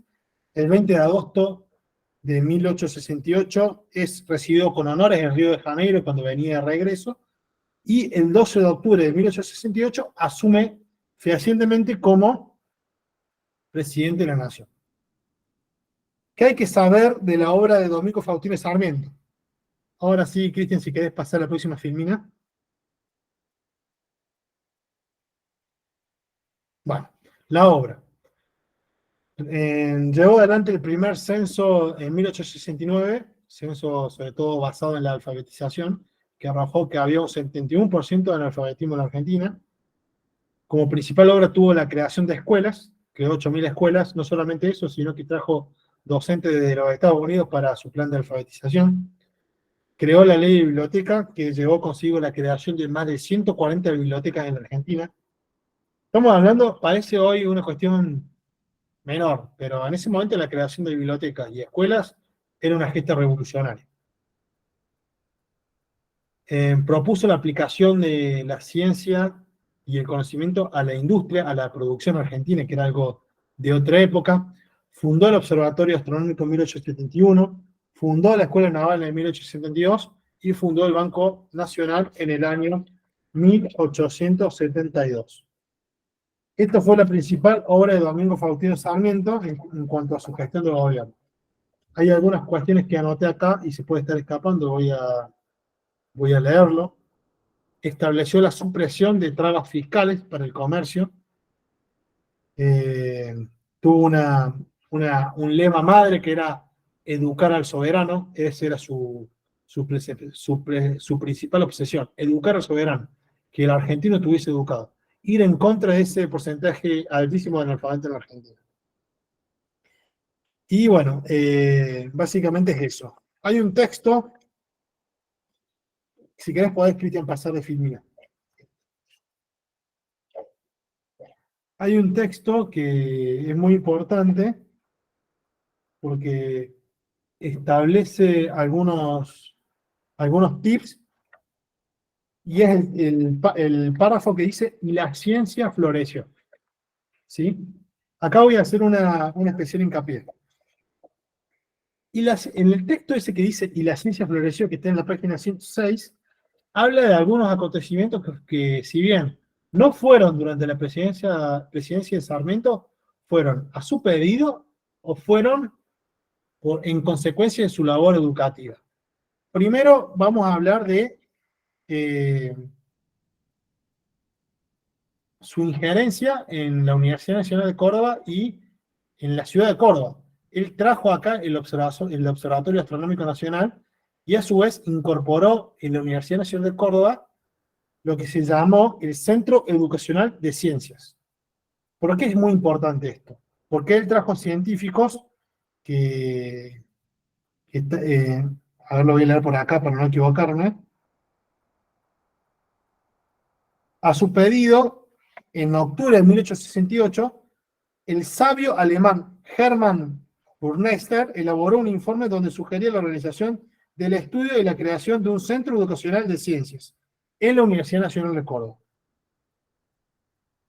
Pese a los inconvenientes económicos, esto se llevó a cabo y con profesionales de Alemania e internacionales se llevó adelante este centro educacional, que fue un antes y un después en la educación de la UNC porque permitió la apertura de carreras como la Facultad de Matemática y la Facultad de Medicina. Ciencias que por entonces no estaban siendo explotadas acá y que le dieron no solamente un vuelo intelectual a los cordobeses de la época, sino que puso a Córdoba como un centro educacional en toda Latinoamérica. Por eso es que hay que reconocerle especialmente a Sarmiento esta gesta educacional con Córdoba y con nuestra querida Universidad Nacional de Córdoba. Después hay algunos tips, algunos hechos que son posterior de su presidencia, pero que son loables recalcarle a él, porque son consecuencias de su labor en política educacional. Como por ejemplo la creación en el año 1800, la creación, la voy a poner acá para decirlo exacto, la creación en el año 1876 de la Academia Nacional de Ciencias. También, por supuesto, es un decantar de esta política educativa que impulsó Domenico Faustino Sarmiento y que después ya fue imposible de frenar. Imagínense usted que el progreso es muy difícil frenarlo y la educación había proliferado bastante. Entonces es muy importante tener en cuenta que en 1876 nace la Academia Nacional de Ciencias, en 1879, avanzando en su programa de estudio, la Facultad de Derecho incorpora la Cátedra de Derecho Administrativo y en 1883 la Facultad de Derecho empieza a otorgar el título de abogado, que es el que actualmente otorga la Facultad de Derecho. Fíjense la importancia del devenir del tiempo y la continuidad de la política educativa de Sarmiento. Él fue un antes y un después en lo que fue la educación en nuestra Universidad Nacional. Durante su presidencia sí hubo una gesta muy importante en nuestro plan de estudios. Él suprime, a su pedido, se suprime el estudio del derecho natural, del derecho divino, para estudiar más en profundidad las ciencias sistematizadas del derecho. Por ejemplo, se incorporó medicina legal y toxicología, que eso es muy importante porque son aristas que se incorporan en la matrícula que antes ni siquiera se pensaba tocar. Era una cuestión más filosófica y ahora se va a basar más en cuestiones del amplio espectro del derecho. ¿Quién incorpora la Facultad de Derecho? Bueno, en 1870 la Facultad de Derecho en toda esta avanzada educacional va a reformar su plan de estudios, suprime la cátedra de Derecho Natural, que estudia el derecho divino, el derecho derivado de Dios, y va a empezar a estudiar más materias mundanas, por así decirlo, pero muy importantes, como por ejemplo, se abrió la cátedra de medicina legal y de toxicología. Es muy importante la gesta de Sarmiento. Lo más importante, ponle una atrás, por favor, Cristian. Una filmina atrás. Lo más importante a tener en cuenta, más allá del perfil y su vida, es esto. Esta filmina. ¿Sí? Sí o sí va a ser evaluable. Y después tener en cuenta la importancia y la implicancia que le tuvo en la educación. Fue preponderante y fundamental para lo que es hoy la Facultad de Derecho de la UNC. Casi que fue un antes y un después en la vida institucional, no solamente en la Argentina, sino de la Universidad Nacional de Córdoba y la Facultad de Derecho. ¿Hay alguna duda hasta acá? No. Vale. Quiero ver si hay algo que pueda estar faltando. algún dato. Mientras tanto, si hay alguna duda, pónganlo en el chat. Quiero ver si hay algún tip, porque quiero que sea bien acabada la presidencia de Sarmiento, que le hace el libro un principal apartado. A ningún presidente le da tanta importancia. Bueno, igualmente los invito a que lean a Sarmiento con mucha atención. Algún dato se puede estar escapando porque hay mucha especificidad, pero lo invito a que lo lean y bueno, y que tengan en claro todas las aristas de su gesta educacional y su gesta política, ¿sí? Hay que saber que era el bando de los unitarios, anti-Rosas, anti-Quiroga, y que fue fundamental no tanto en la política de alfabetización como en la vida de la UNES. Ahora, pues ya para terminar, vamos a hablar un poquito de Nicolás Avellaneda. No sé si querés pasar, Cristian. Bueno, una pequeña reseña. Básicamente les voy a contar que nace en Tucumán en el año 1836. Fue la figura principal de la coalición del norte. Algo importante es que empezó a estudiar en la Facultad de Derecho de acá, de la UNC, y terminó de estudiar en Buenos Aires. Y dictó la cátedra de Economía Política en la Facultad de Derecho y a partir de 1864 fue diputado, terminando falleciendo en el año 1885. ¿Cuándo es electo presidente Avellaneda? En el año 1800, yo te lo había dicho anteriormente, en el año 1874 y lo va a hacer hasta el año 1880. ¿Qué hay que saber principalmente de Avellaneda? ¿Querés pasar a Filmina, Cristian? Hay que saber de Avellaneda que en septiembre de 1874, durante su primer año de presidencia, Mitre se subleva y estalla una revolución, encabezada por Bartolomé Mitre. ¿Su virtud cuál fue? Sofocarla rápidamente. Pero ¿cuál fue su principal virtud posteriormente? Ir hacia una conciliación nacional.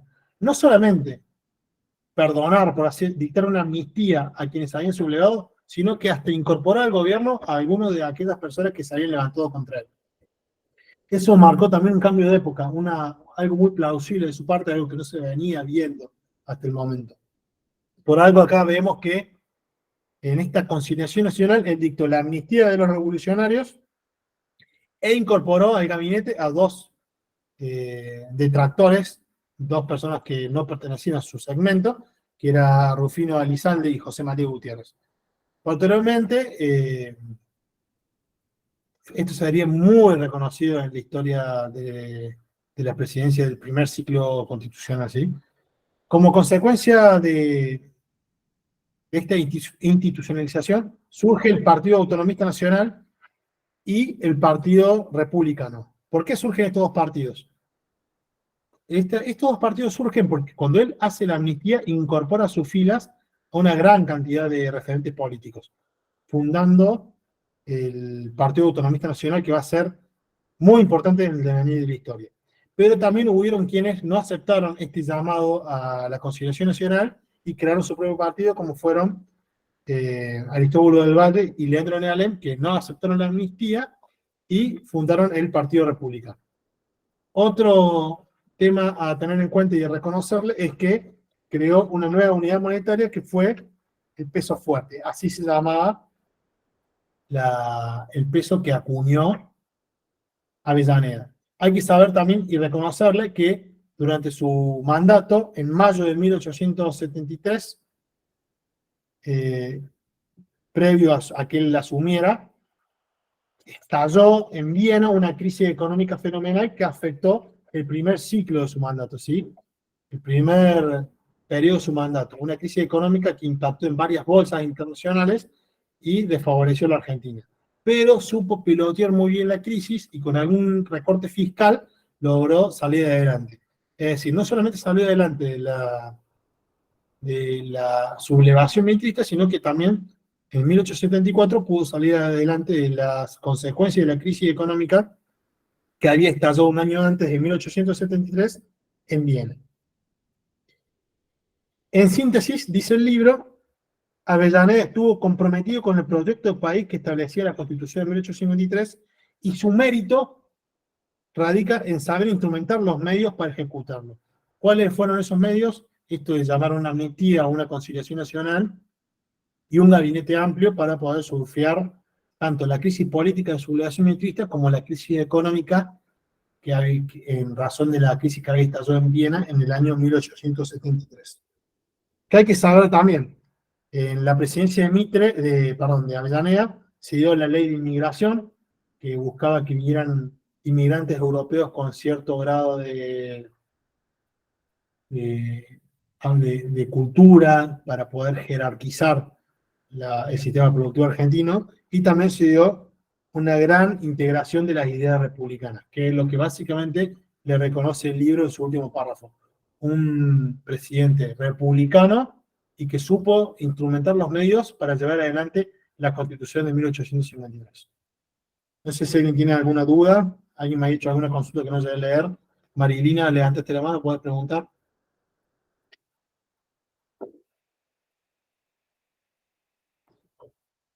¿Alguien había hecho una consulta ahí, no llegué a leerla, Cristian? ¿Me la podés? Consultaron respecto de que se dio una amnistía. Una amnistía básicamente es un perdón. Yo te perdono tus delitos. Como presidente tengo la facultad de hacerlo.